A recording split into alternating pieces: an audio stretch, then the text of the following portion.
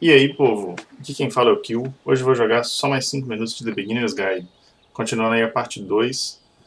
A última parte, na parte um foi interessante, não vou negar, eu tô curioso para ver o que vai acontecer nesse jogo. É um pouco, às vezes fica um pouco entediante, mas é bem diferente, chamou minha atenção. Vamos ver no que vai dar, tô extremamente curioso. Esse episódio agora vai ser um pouco diferente, porque eu infelizmente perdi o áudio que eu gravei enquanto jogava, então vou fazer um comentário sobre a gravação. Talvez fique até melhor, vamos ver como é que vai ser. Eu particularmente amo essas paisagens da engine source, então eu tô amando, independente do que rola no jogo, só de andar e ver as coisas pra mim já é tipo muito positivo. Vamos lá.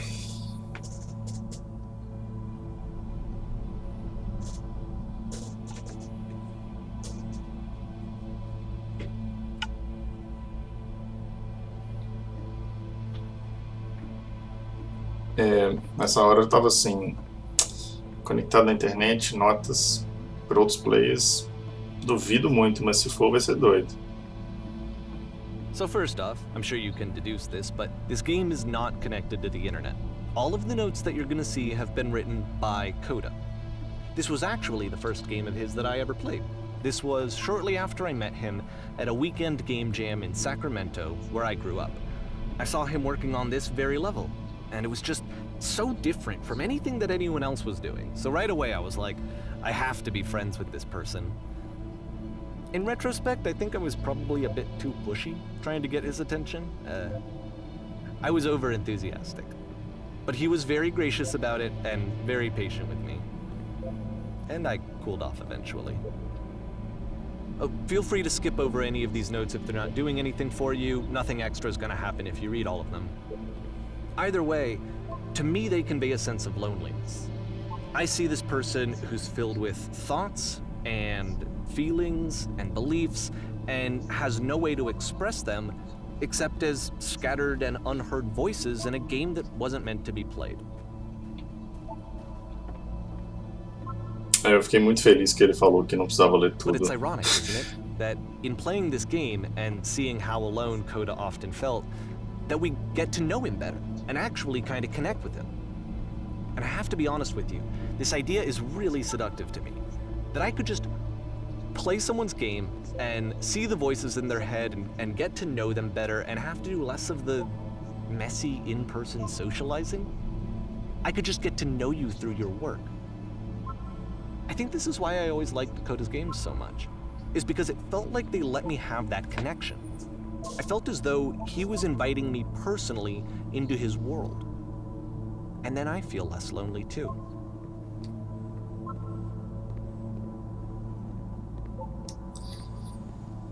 Então, o nível de filosofia desse cara com o jogo pra mim é meio que de outro mundo, assim.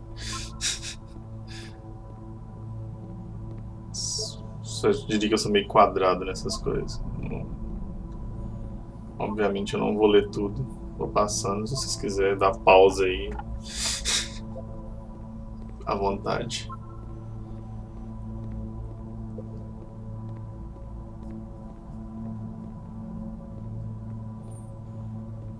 Uma coisa que eu percebi é que não dá pra ir em todos os caminhos, então pelo menos eu não descobri.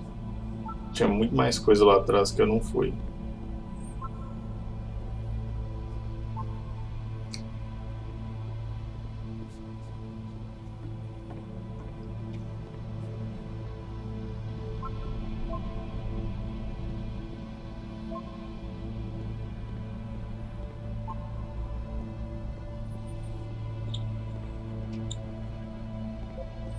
At the end of this level, we're going to see the puzzle again. And here, I'll tell you what I think the puzzle means. Each of these games represents an idea that was on Coda's mind at the time that he was making it. And the puzzle is a way of closing the door on a previous chapter of his life before moving on to the next one. As bolinhas, 3 bolinhas, que eu já tinha visto ela em outro. In each of his games, after exploring a theme that, he might find difficult, Coda can then place this puzzle. that he knows has a reliable solution, he understands exactly how it works, and so it gives him a simple mechanism for moving on.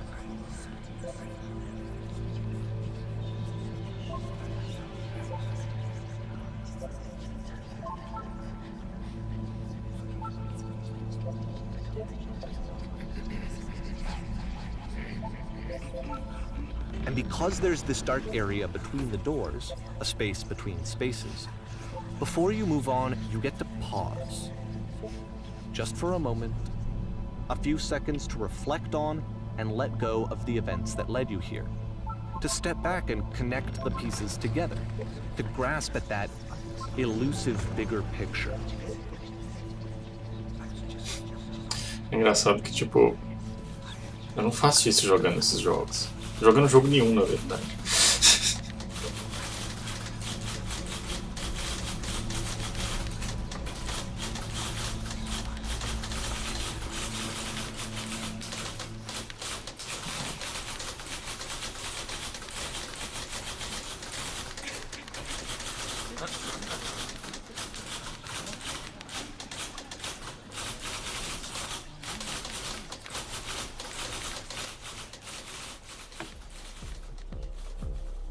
Okay, this one is tough. It's gonna kinda just spin its own wheels for a few minutes. Hang with it.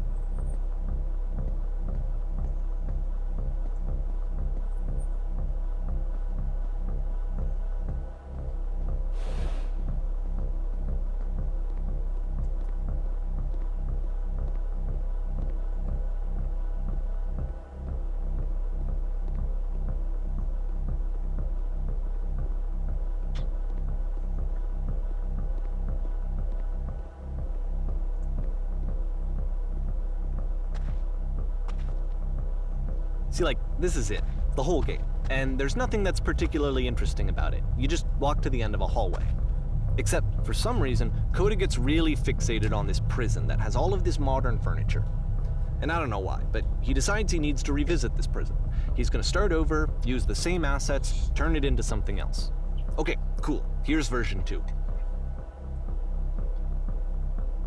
Faltando os móveis.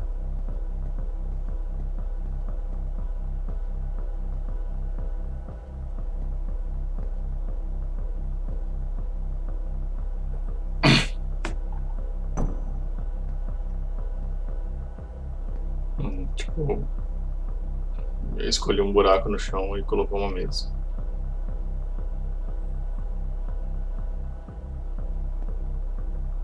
Por aí vai.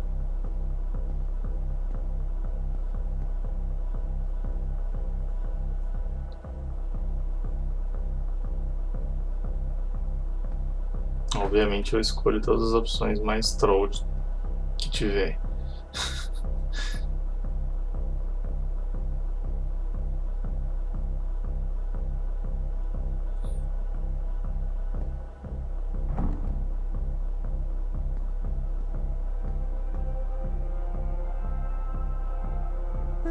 There's a bit more to this one, but still it's not really communicating anything. It's kind of just weird for weirdness' sake. Pra mim o jogo inteiro tá assim até agora. So okay, he throws it out and starts over. This time he comes at the prison idea from a different direction.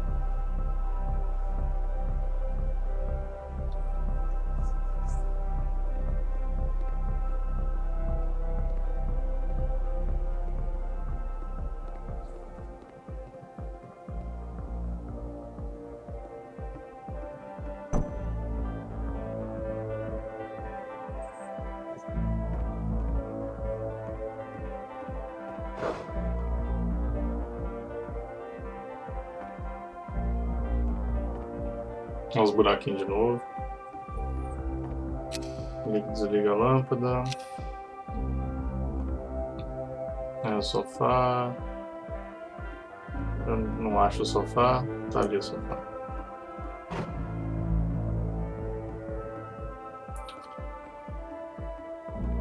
Prateleira. Meu Deus, volto pra prisão agora.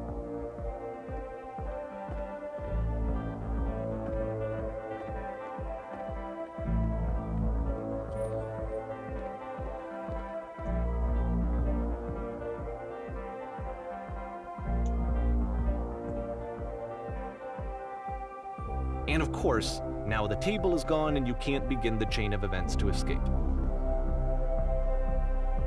Here's a version where there are no bars, but you can't actually get to the well. And then a version where the inside of the prison is the outside and the outside is the inside. Let me just blink you real quick for a few more of these. I mean, he really unloaded on this prison idea. There's nearly a dozen of them. Personally, I think it's awful to watch this, to see a person basically unraveling through their work. And for what? Like, at what point do you just go, maybe there are game ideas other than this prison that I could be working on? But Coda doesn't have that voice telling you to stop, that particular mechanism of defense against yourself. Without it, you just spiral. And so he keeps going and going and going and going and going, and then he hits on something. And he likes it. And that's it. He's done. He stops making prisons. This is the very last version of the prison game that he created. And the reason I think it works is that the prison is not actually in it.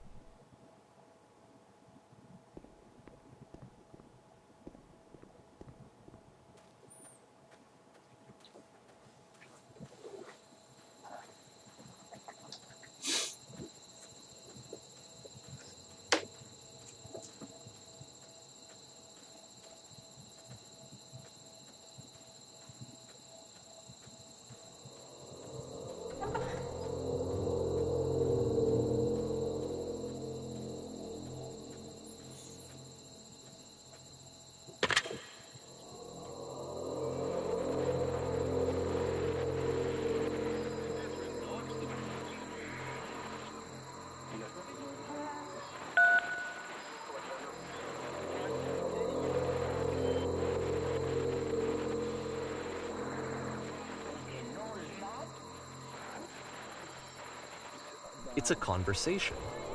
And so this is what Coda wants, is to be able to talk to someone, to share what's on his mind, and to get some good advice from someone who knows. But the irony is that even in this scenario, you're still talking to yourself. You know, all of these games so far are Coda talking to himself.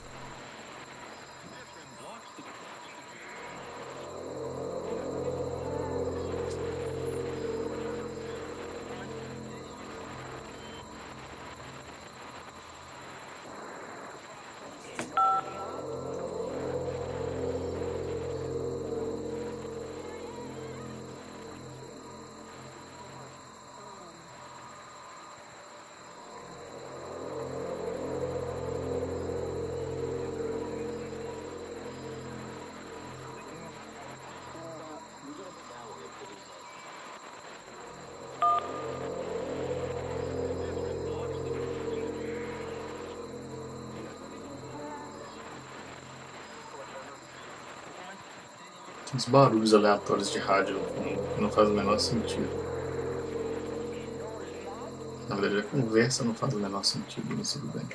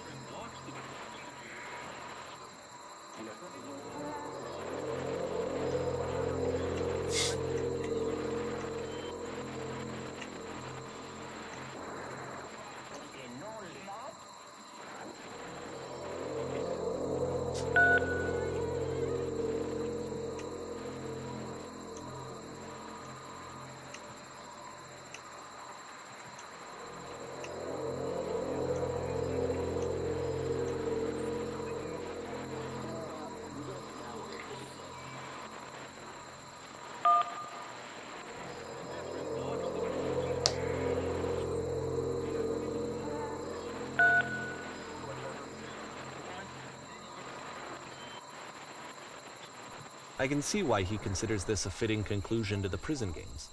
After all of the obsession and frustration, just to be told by someone you can trust that things are going to be okay. Wouldn't that be nice? So what would it look like if Coda wanted to make a game about talking to someone other than himself?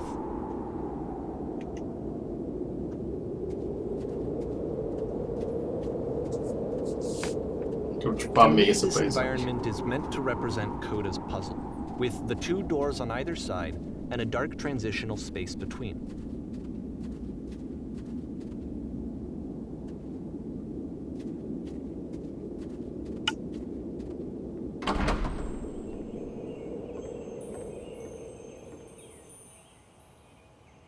Hum.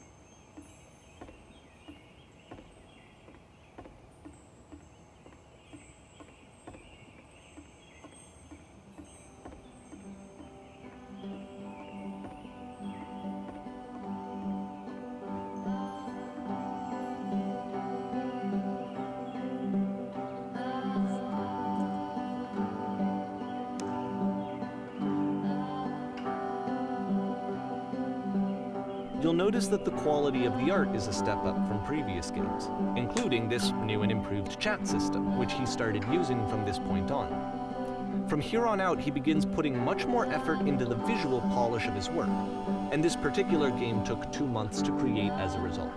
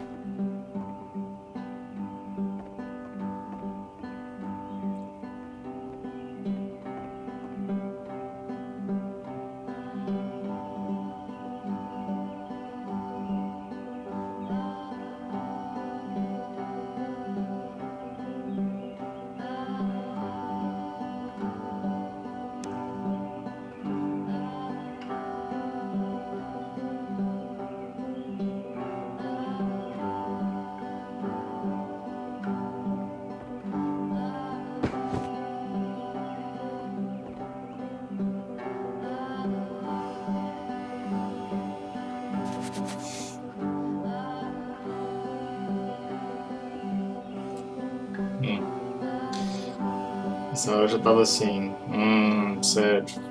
Então vai.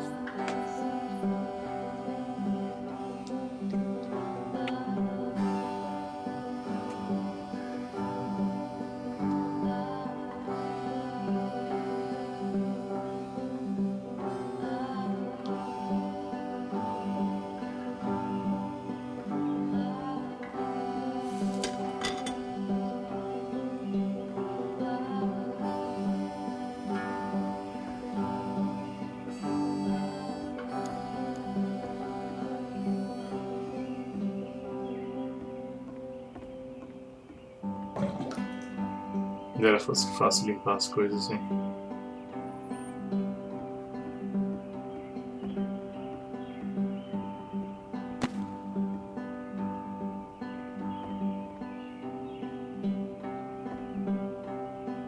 After the intense set of prison games, this house cleaning level almost feels like cleansing. It's the moment after a particularly difficult or traumatic experience where you just need to let it sit and digest inside of you, and eventually cohere into something meaningful.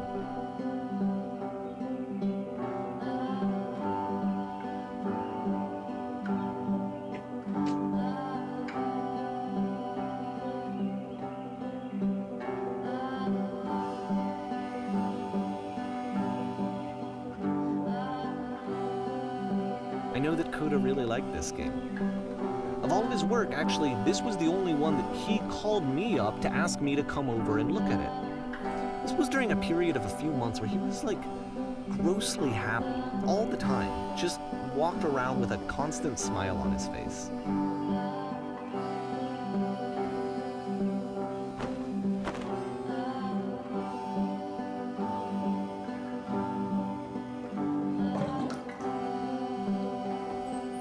Esse cara era muito estranho, velho.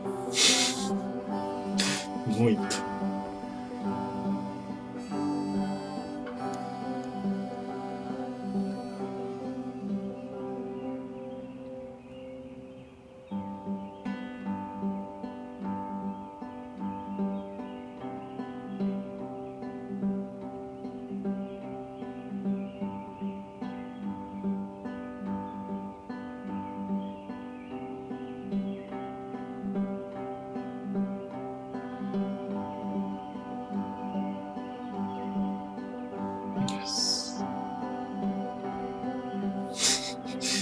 Essa hora eu já tava assim, por favor.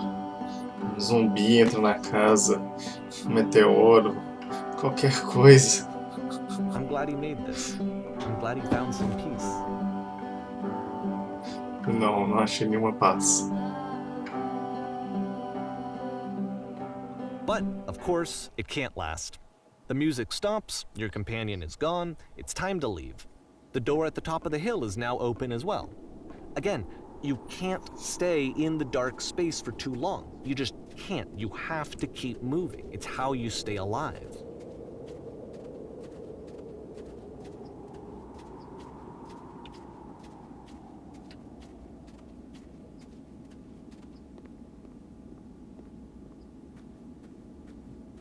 Which is the whole point of the puzzle doors, right? That sooner or later you have to pick up and move. I really thought that was the point of it.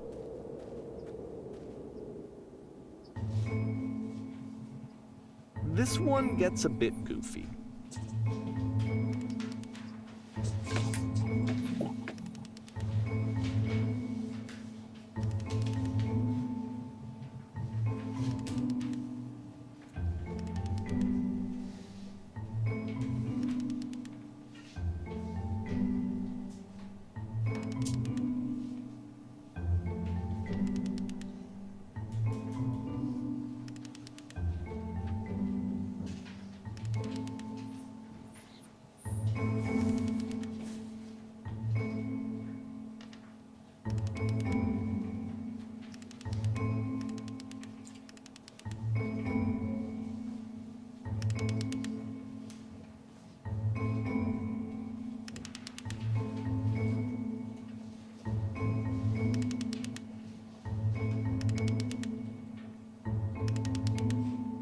About halfway through the game, the perspective shifts.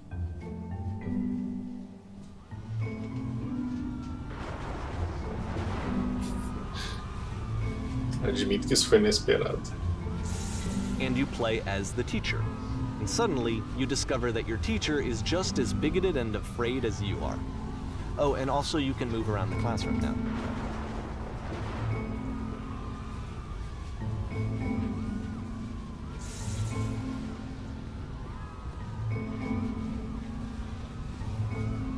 Eu não entendi porque que algumas falas são cinza nesse, mas acho que tem a ver com o que é zoeira e o que é continuidade na história.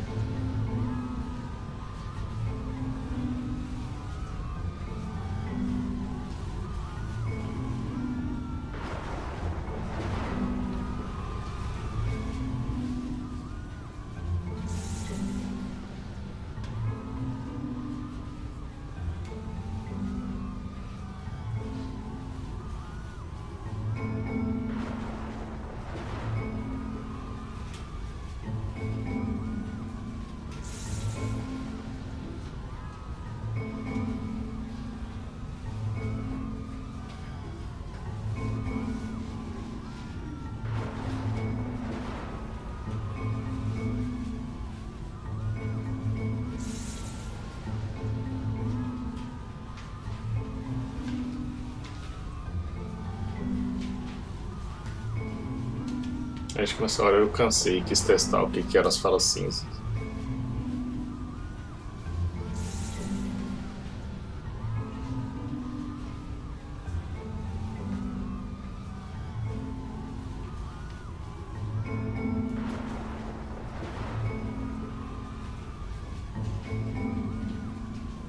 I fell pretty hard for this one. I feel like it's one of the most relatable experiences that you can have. to assume that some other person is perfect and totally fulfilled in every way, and completely miss all of the little flaws that make them painfully human. I think about this game a lot these days. Eu não. This one took a lot longer than all the others for Coda to make. It was 4 months between this and the last one. That's twice as long as it took him to make any other game before this, and it's not like it's particularly complex, so I remember I found that a little strange at the time.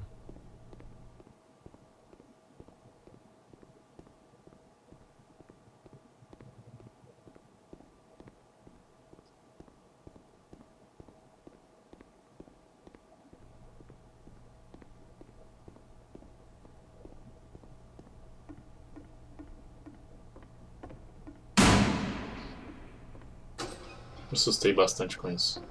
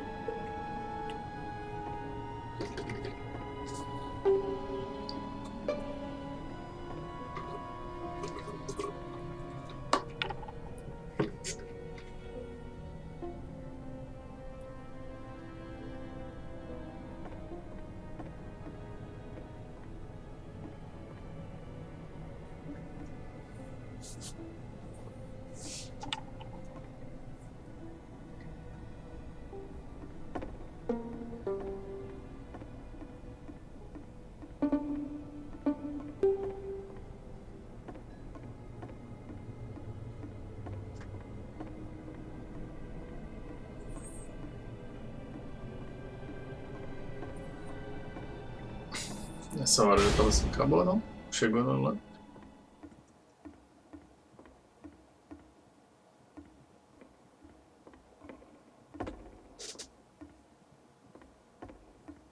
Não? Acabou não? Bom.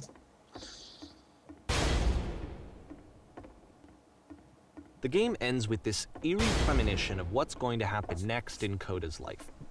The solution to social anxiety, to fears of having to perform and having to chase success, the answer for Coda is to withdraw, to hide himself away. Which is what leads to scenarios like the stairs that slowed you down several games ago, where it just becomes harder and harder to access Coda's inner landscape because he keeps retreating. He just keeps backing away from possible connections to anyone other than himself. And to be honest, I didn't consider it very healthy when I first played this game. You know, it looked to me like he was trying to justify the idea of just disconnecting yourself from the world. And that wasn't what I wanted for him or for his games. Because I feel like a lot of his games are inviting me to connect with this person, to bring him closer. But what can you do? After this, Coda went off and took another 5 months to make a new game.